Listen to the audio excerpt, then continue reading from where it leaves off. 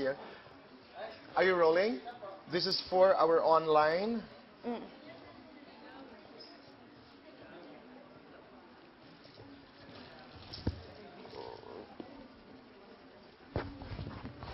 They were kind of shocked when he said yes.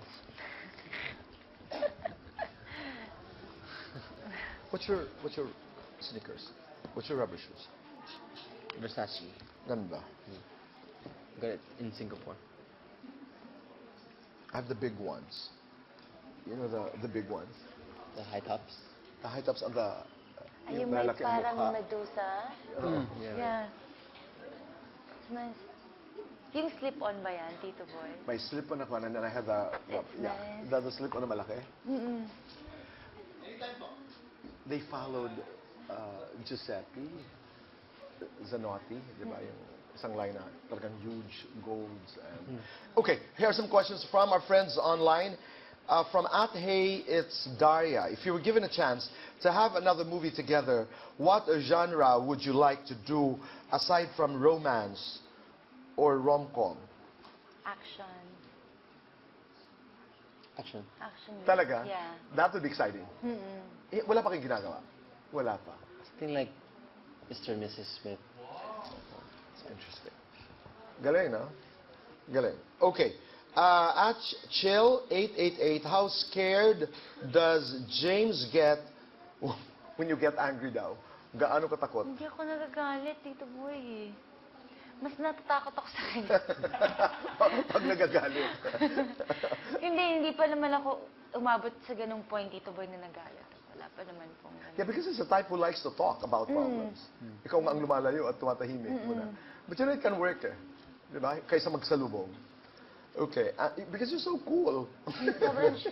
Di ba? Parang, is there anything that distracts, that disrupts you? I mean, anything that makes you taranta? Parang wala. I'm... Parang wala, Tito Boy. Di ba? No. Pero the type would say, okay. Chill lang siya talaga. Chill lang. And this one is from Hallo Buying C. Video games that you like to play together. Assassin's Smash. Creed. Smash Brothers. We never played together. Yeah, we do. Okay, Assassin's Creed and Smash Brothers. Yeah. Okay. Shaina Barnedo. Sino ba talaga ang mas madali magselos? Si Nadine o si James? Ako. Okay. This one is Halo or Halo Silas. Kailan kayo mag-share uli? Kailan kayo mag-share dapat? Uli ng travel vid ninyo sa aming mga fans. Because you do it so well. Ako, inaabangan ko yan eh. Secret. Secret po. But do you help plano in kami. the edits, in the how she presents it? Very little only. She does it. But always kasi, Tito Boy, ano yun, parang biglaan ko pong naisip na mag-edit kaya. Kasi super inspired ko nga na nagmuha ng video. So ginawa ko siya in 3 gabi nang tuloy dire-diretso po. Natapos ko siya. Dapat gagawa pa po ako ng next, pero basta abangan niyo po. Surprise. Meron kaming surprise. You know, ako like years from now, maybe when you're not very busy anymore, how nice to train under somebody like Binibining Joyce Bernal, because she's an excellent editor, or go to New York and study editing and filmmaking, come back and do movies. Di ba? Parang ang sarap isipin. Every time I think about, you know, this girl, I think about her behind the cameras and acting at the same time. That used to be her dream, so... Di ba? No, we talked about it. Yeah. Parang, I have a question. Did Jodie Foster direct films? She did, right? Yeah, she did. She still does, actually. Yeah, right.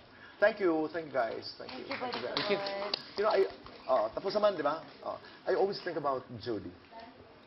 Kasi, di ba, she's a powerful actor. Tapos Yeah. she can direct. I didn't know she directs. She does. She does. I had to make sure lang.